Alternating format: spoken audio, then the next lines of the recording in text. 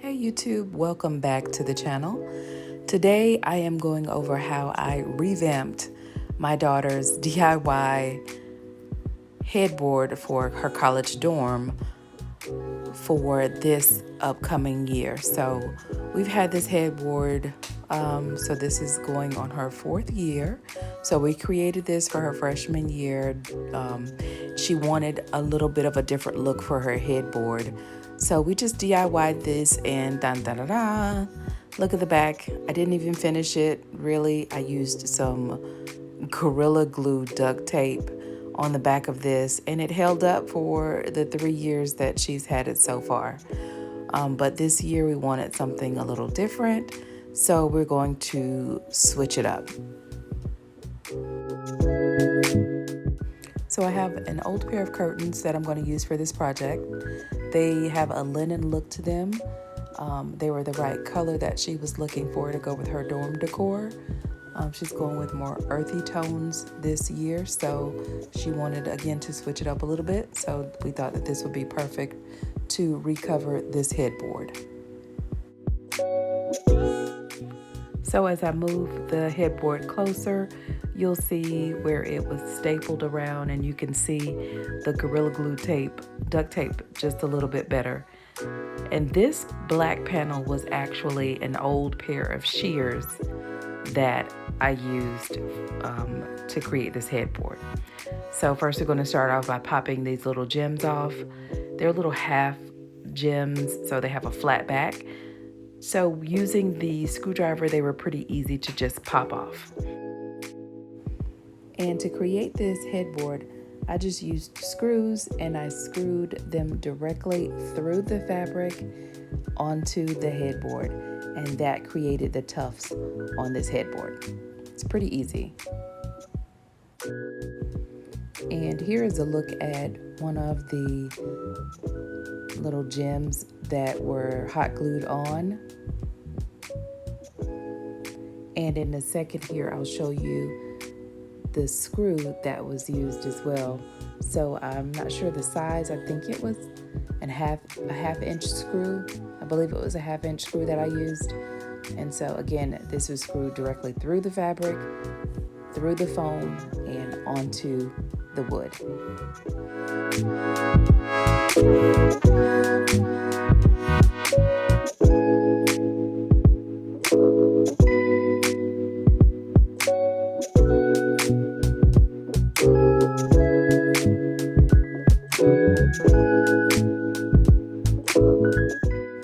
So on to pulling the duct tape off. I had to be really careful because, as you can see, this tape was extremely strong. It still had a really good grip on the wood, and it was pulling the top layer of the plywood off.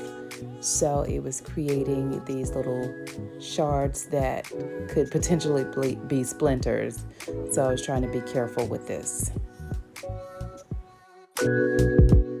So I'm trying to be careful during this step because the Gorilla Tape is pulling the batting up as well. So I'm trying to be careful to keep my batting intact as I take this tape off.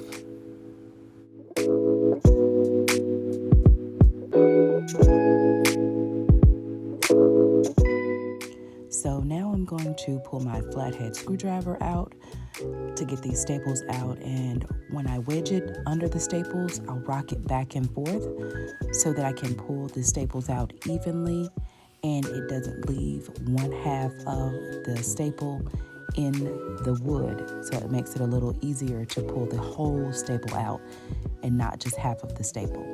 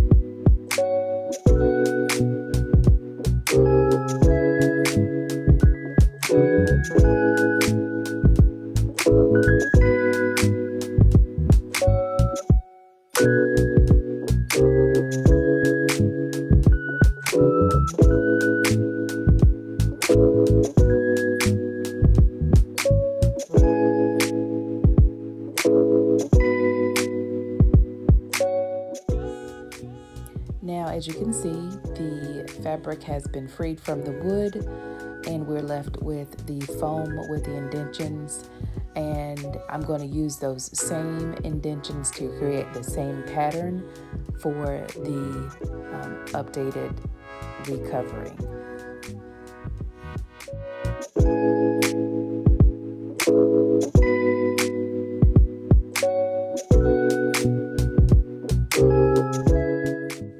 So here we are the next day, and what I decided to do was fold the curtain panel in half to make a double layer of fabric, because the curtain panel was so thin that the yellow tone from the foam underneath was showing through.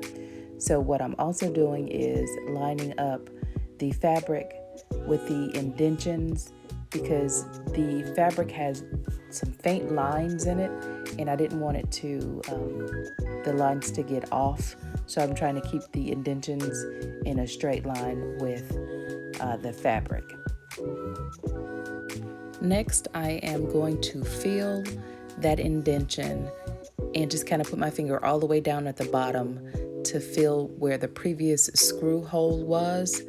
That way I can fluff out my fabric and just make sure it looks right before I finally put that screw in and screw it down to the wood. So what I'm also going to do is I'm going to poke the screw through the fabric and just push the batting away from the screw, because otherwise it will bind up the screw as I'm trying to attach it to the wood.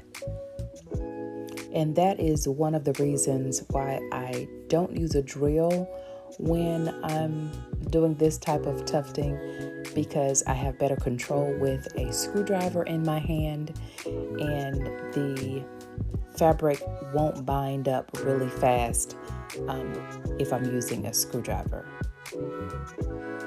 I forgot to mention, as I'm watching this video back and watching the headboard rock back and forth, there are eye hooks that are screwed into the back of the headboard because of the way the headboard was attached to my daughter's other dorm bed. We use zip ties through those eye hooks and through the headboard to be able to attach it. So that's why you see it rocking back and forth.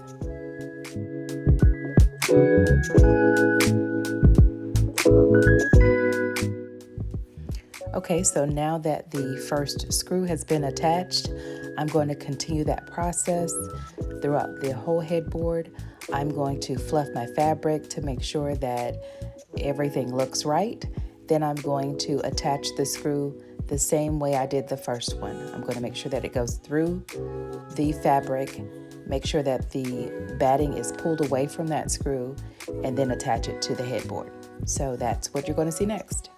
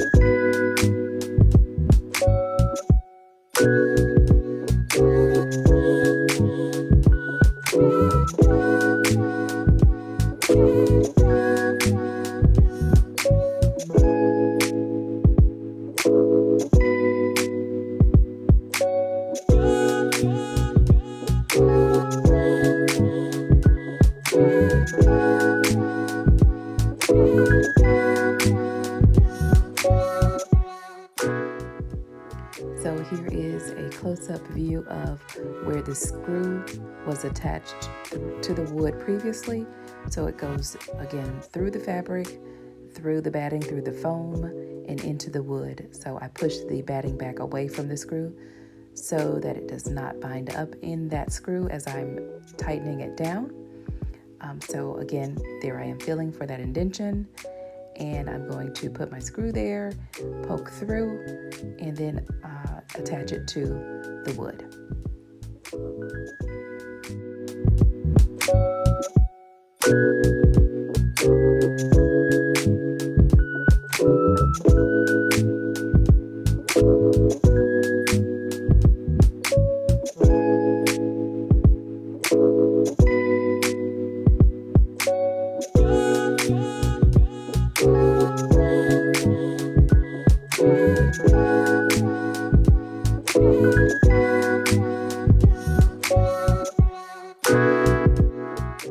Okay, so now that last one is done, all of the tufts are in, all of the screws are in. So here is a look at what it looks like roughly before I staple the sides down. So there's the stapler I'm going to use, just a basic manual stapler. I'm just going to attach the excess fabric around the sides. I'm going to pull it tight, and I'm just going to take my time and just go around the edges and attach it just to make sure that everything is secure and make sure that the tufts still look good as I'm stapling the fabric down.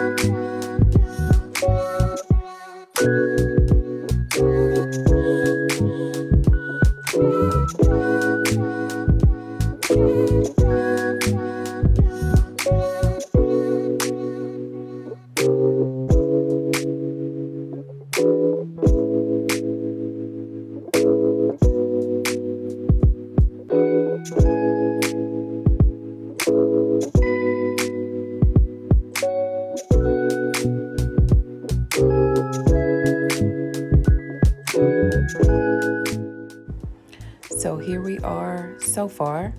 All of the fabric has been cut away at the back. All of the tufting is done. So this is what we have so far. Our next step is going to be to glue those gemstones into the tufts on top of each of the screw heads. So you'll see that in just a minute. But I'm going to turn this around so you can see how everything looks neat. I did not put any additional fabric on the back to cover the wood up because it's going to be against the wall. Nobody's going to touch it. Nobody's going to see it. So we just left it as is. And I used my rotary cutter because that seems to cut the fabric a little easier for me. So just roll it along and makes a straight line, makes it nice and neat.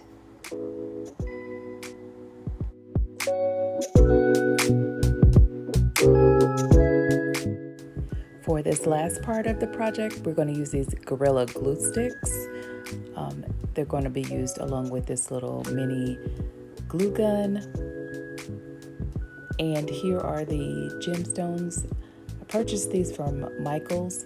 This is what they look like. Again, I showed these in the beginning of the video, but they have the nice flat back to them and they work easiest for me. And this is how they'll look once they're in. I'm just going to stick this in here. It'll stick because it's kind of tight in there, but that's how it's going to look in the end. So I'm going to get busy gluing these in.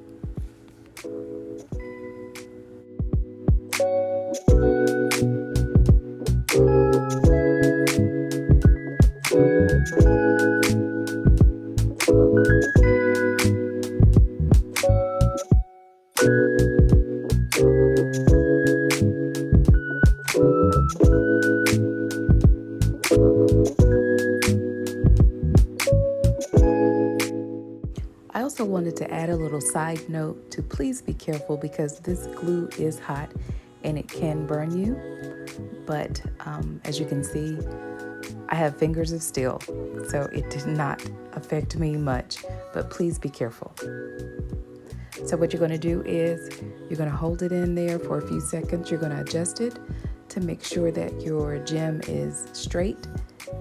And once you hold it for a few seconds, the glue should set up and you're good to go. You continue on to the next section until you're complete.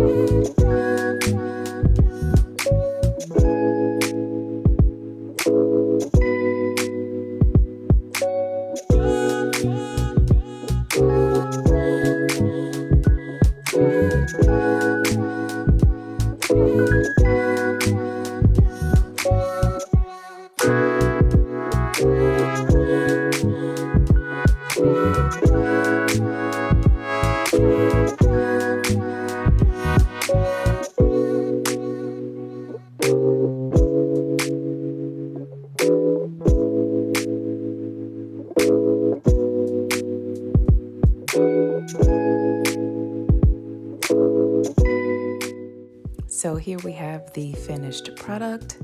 So it took me a few days because I took a few breaks in between, but you can easily get this project done in an afternoon.